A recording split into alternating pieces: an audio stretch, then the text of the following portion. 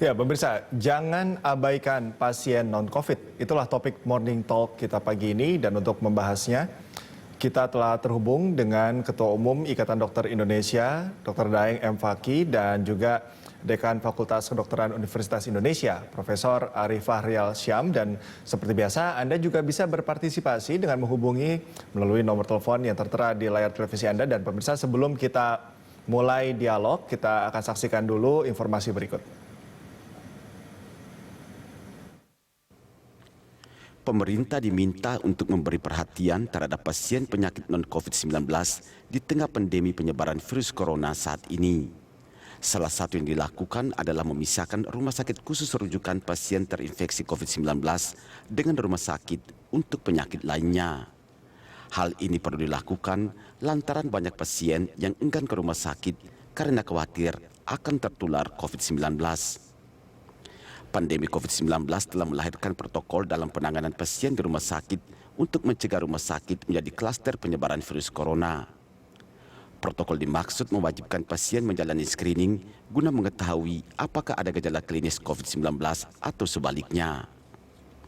Protokol yang sama juga diberlakukan terhadap pasien yang sekedar melakukan pemeriksaan rutin. Namun disadari, protokol baru ini membuat orang sakit enggan ke rumah sakit karena ada kekhawatiran tertular virus corona. Selain itu, protokol dimaksud harus dijalani pasien dengan waktu yang lama, padahal pasien memerlukan tindakan segera. Karena itu, pemerintah perlu memisahkan rumah sakit khusus rujukan pasien terinfeksi COVID-19 dengan rumah sakit untuk penyakit lainnya, supaya pasien yang non-COVID-19 dapat terlayani dengan baik. Termasuk menyediakan ruang operasi khusus misalnya bagi pasien non-COVID-19. Selain itu, pihak rumah sakit dan tim medis juga diharapkan tetap melakukan mitigasi risiko terhadap pasien non-COVID-19.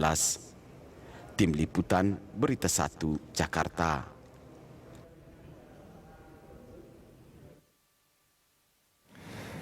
Ya, pemirsa, untuk membahasnya kita langsung sapa Ketua Ikatan Dokter Indonesia atau IDI, Dr.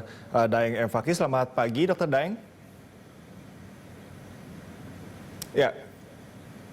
Ya, baik. Dan nanti juga kita akan segera bergabung juga dengan Dekan Fakultas Kedokteran Universitas Indonesia, Profesor Ari Fahrial Syam. Saya mau ke Dr. Daeng dulu. Dr. Daeng, ini tepat sekali ya kalau dalam kondisi kita masih di tengah pandemi COVID-19 seperti ini juga tidak boleh melupakan bagaimana penanganan medis terhadap pasien yang non-COVID. Sejauh ini IDI melihat penanganan atau pelayanan kesehatan terhadap masyarakat non-COVID ini sudah seperti apa? Apakah sudah baik atau ada perlu beberapa yang ditingkatkan, Dr. Daeng?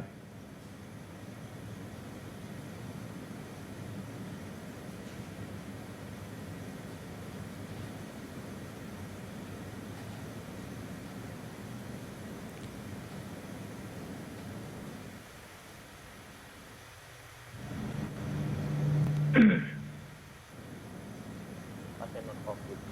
Nah, ini perlu dijaga betul karena pasien non-COVID ini baik yang emergensi maupun penyakit-penyakit yang harus ditangani secara serius terus-menerus, penyakit kronis misalnya seperti tindakan melakukan hemodialisa, ini harus tetap dilakukan karena kalau tidak saudara-saudara kita yang menderita penyakit ini mengalami kesulitan untuk mendapatkan pelayanan. Cuci darah nih sekarang kalau kemudian digabung misalnya, itu sangat rentan untuk menularkan dari yang COVID ke yang non-COVID. Ini yang perlu kita jaga bersama. Ya, Dr. Daeng, ini kalau Anda juga di sini memperhatikan bahwa sebetulnya tadi sempat ada gangguan sedikit secara teknis, tadi suara Anda sempat tidak terdengar, Dr. Daeng, tapi yang saya tangkap apakah memang penggunaan atau ketersediaan APD sendiri sangat penting untuk penanganan untuk pasien non-COVID ini? Iya, meskipun pasien non-COVID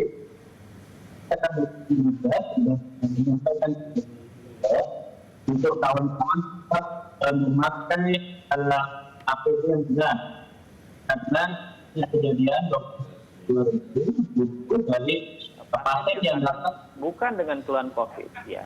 Jadi keluhan sakit yang lain, padahal yang bersangkutan sebenarnya sudah terjangkit oleh COVID. Jadi kita ingat apa yang sudah dikatakan oleh para pakar bahwa kasus orang tanpa gejala atau OTG itu banyak sekali, bisa mencapai 40 sekian %. OTG ini yang kemudian kita harus waspadai, ini sering datang ke pasien dengan keluar penyakit lain. Padahal yang bersangkutan sebenarnya sudah terjangkit oleh COVID, dan begitu dilakukan pemeriksaan, ya, maka dokter yang bersangkutan tertular oleh COVID. Oke, Dr. Daeng tahan dulu, saya mau ke Dekan Fakultas Kedokteran Universitas Indonesia, Profesor Ari Fahrial Syam. Pagi, Prof. Ari. Ya, pagi Mas. Pagi, Ya, Prof. Ari, ini pandangan Anda apakah sebetulnya yang dilakukan oleh pemerintah atau gugus depan dalam pelayanan medis ini sudah cukup maksimal untuk pelayanan medis terhadap pasien yang non-COVID ini, Prof? Ya, jadi saya sampaikan bahwa permasalahan penanganan COVID ini bukan melulu ini urusan pemerintah. Jadi semua harus bersama-sama ya. Kita ketahui bahwa rumah sakit itu kan memang ada rumah sakit pemerintah ya, itu bagian dari rumah sakit rujukan COVID. Ada juga rumah sakit swasta yang sebagian juga rumah sakit swasta menangani pasien COVID.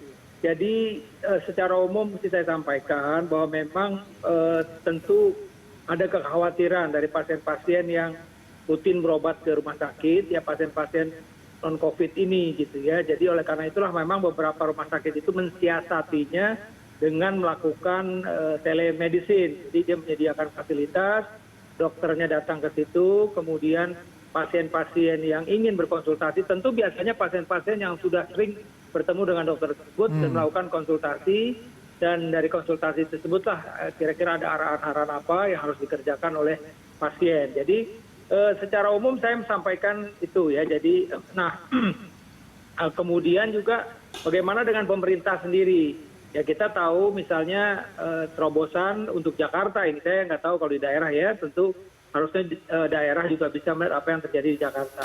Di Jakarta kita tahu ada rumah sakit darurat atlet ya, Wisma Atlet. Itu luar biasa itu, ratusan pasien ditangani ke sana. Itu juga mengurangi beban rumah sakit rujukan.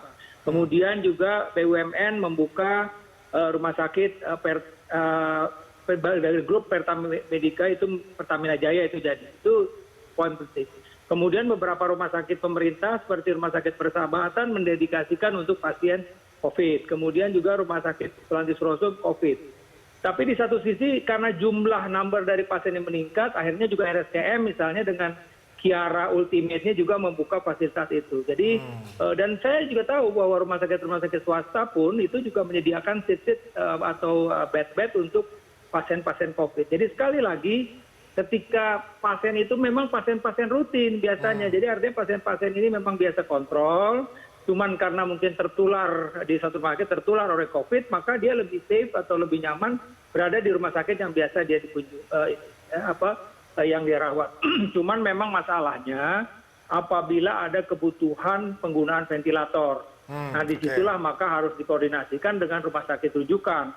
Karena pasti rumah sakit swasta itu tidak siap kalau memang ventilatornya itu, penggunaan ventilator bergabung dengan pasien-pasien umum yang lain. Jadi ini pada kondisi seperti inilah maka memang dibutuhkan rumah sakit rujukan dengan fasilitas ventilator. Ya saya juga tetap misalnya rumah sakit kalau untuk yang di rumah sakit darurat Wisma Atlet itu memang untuk kasus-kasus yang ringan ya, sampai moderate lah. Tapi ketika harus dibutuhkan ventilator, dia harus dirujuk di rumah sakit yang memang mempunyai fasilitas ventilator. Jadi sekali lagi urusan saat ini itu udah urusan semua ya, pemerintah pusat, pemerintah daerah, swasta juga tidak boleh lepas tangan. Seperti tadi juga disampaikan oleh Dr. Daeng. Jadi seperti misalnya sekarang ada pasien yang dicurigai COVID, itu rumah sakit swasta tidak boleh lepas tangan. Pastikan dulu kalau dia COVID itu jelaskan kepada pasien.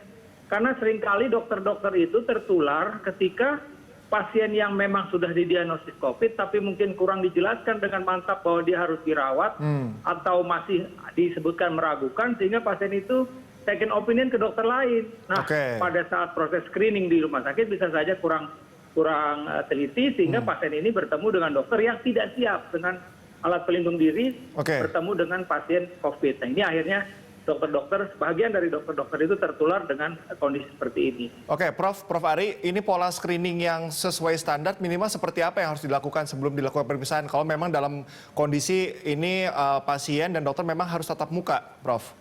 Ya, jadi sekarang ini saya rasa mestinya juga rumah sakit ya mulai melakukan screening yang ketat, yang kita bilang triase. Oke. Nanti ada daerah-daerah yang memang kita bilang daerah hijau, daerah kuning, dan daerah merah. Kalau daerah merah itu memang full itu pasien-pasien COVID yang ada di situ.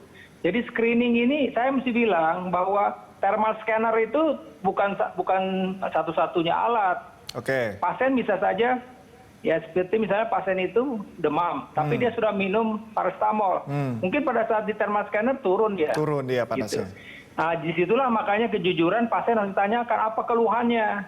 Jadi saya ambil contoh, ada kemarin laporan dari teman perawat begitu, kebetulan dia bertugas untuk screening. Ya dia bilang pasiennya minta mau cek rapid, ditanya ibu keluhannya apa?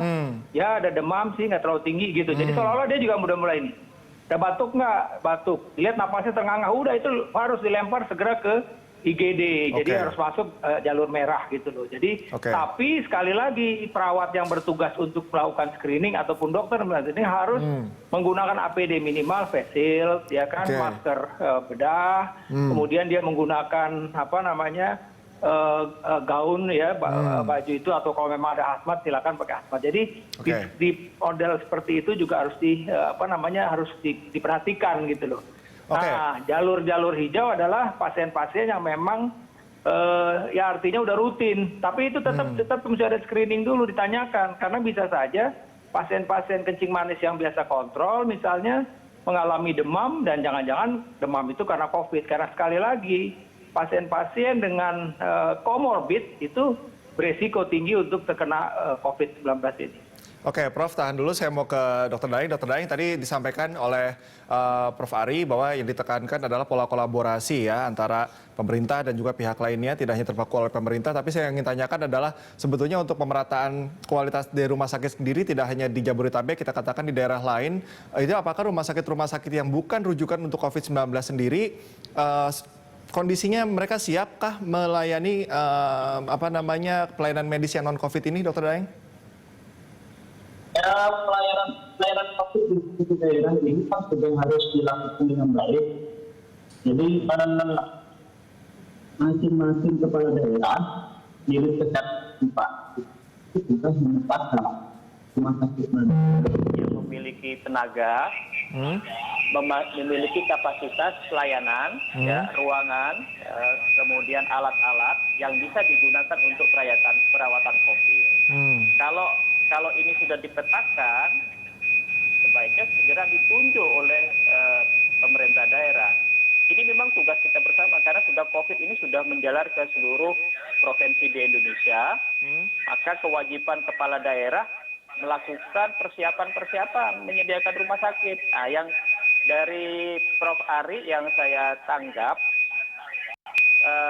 bahwa ada kebutuhan rumah sakit COVID ini memang ditunjuk khusus untuk COVID. Karena kalau tidak dilakukan itu, ada beberapa kesulitan tadi yang disampaikan Prof. Ari. Bagaimana cara melakukan pemisahan antara yang COVID sama non-COVID. Kemudian bagaimana ini memberikan fasilitas kepada kawan-kawan, saudara-saudara kita yang sakit, yang harus rutin kontrol, yang kebetulan penyakit yang diderita ini kebanyakan penyakit kronis, seperti penyakit gagal ginjal, ya perlu di hemodialisa, kemudian penyakit kanker yang dia harus rutin melakukan kemoterapi misalnya, dan penyakit-penyakit seperti ini gampang sekali tertular oleh COVID. Kenapa? Orang yang menderita penyakit ini adalah orang-orang yang memiliki imunitas rendah karena penyakit kronisnya tersebut. Nah, sehingga memang ke depan kebutuhan menunjuk secara khusus rumah sakit COVID untuk melayani penyakit COVID itu adalah kebutuhan yang saya pikir perlu dipertimbangkan masa-masa. Supaya apa? Kalau ada pemisahan ya, rumah sakit yang khusus menangani COVID, yang pertama maka pelayanan COVID dan non-COVID sama-sama berjalan paralel. Oke. Apalagi sekarang sudah muncul musim DBD ini, ya, atau penyakit-penyakit lain. Sehingga penanganan yang non-COVID pun yang memerlukan tindakan emergensi segera, itu bisa tercover juga. Dan juga kita bisa fokus kepada penanganan COVID karena apa? Karena rumah sakit secara khusus ditunjuk untuk COVID. Kalau awalnya satu rumah sakit menangani 2 kasus COVID dan non-COVID, mungkin fasilitasnya hanya bisa dipakai 50% atau maksimal mungkin 70%. Oke. Tetapi kalau ditunjuk khusus untuk COVID, maka 100% itu bisa dipakai untuk pelayanan COVID, kemudian tidak merepotkan rumah sakit untuk menjaga sterilitas dan sebagainya, ya. Kemudian juga orang-orang yang kebetulan memiliki komorbid, ya, ini kesulitan di pelayanan kalau tidak ada rumah sakit khusus. Komorbid yang misalnya penyakit COVID dan memerlukan tindakan seperti hemodialisa, itu kesulitan kalau bukan rumah sakit khusus COVID. Kenapa? Mau ditata laksana di rumah sakit yang biasa itu khawatir menularkan ke pasien yang lain. Tetapi kalau sudah ditunjuk khusus rumah sakit COVID dan disediakan semua segala peralatan untuk melayani penyakit COVID, maka pelayanan akan berlangsung lebih baik, ya, karena sudah dipisah ini dan tidak khawatir menulari ke pasien yang lain. Oke, untuk pola screening sendiri bagaimana sebetulnya, Dr. Daeng? Tadi kalau ditekankan juga perlu penekanan begitu ya dalam pola screening tadi. Apakah sebetulnya ada perbedaan untuk beberapa penanganan khusus, misalnya satu penyakit dengan penyakit lainnya, ini pola screeningnya berbeda begitu? Ya memang ini yang disampaikan oleh kawan-kawan, ini memang di lapangan mengalami kesulitan. Ya. Tidak mudah kemudian memisahkan antara yang COVID dengan non-COVID pelayanannya. Itu rumit di rumah sakit itu. Yang paling mudah memang kalau kita dari awal sudah memisahkan ini rumah sakit COVID, sehingga orang-orang yang ke rumah sakit tersebut sudah otomatis tidak usah di screening lagi di depan, dia sudah dipastikan sudah dengan dari tata laksana COVID dari awal. Demikian juga di rumah sakit yang non-COVID, ya. Jadi tidak ada screening yang merepotkan dan kemudian kalau dilakukan tindakan tertentu, kemudian juga di rumah sakit itu dia dilakukan pemisahan secara hati-hati. Kalau ini dilakukan, memang manajemen rumah sakit agak kesulitan. Yang lebih mudah sebenarnya, dan ini banyak keuntungan karena bisa fokus, bisa 100% menangani, kemudian tidak dimungkinkan ada infeksi kepada penderita lain selain non-COVID, maka memang lebih baik untuk penanganan COVID ini harus ditunjuk rumah sakit khusus COVID. Oke, baik Dr. Daeng dan juga Prof. Ari, tahan dulu, kita akan kembali usai jeda dan pemirsa perbincangan akan segera kami lanjutkan.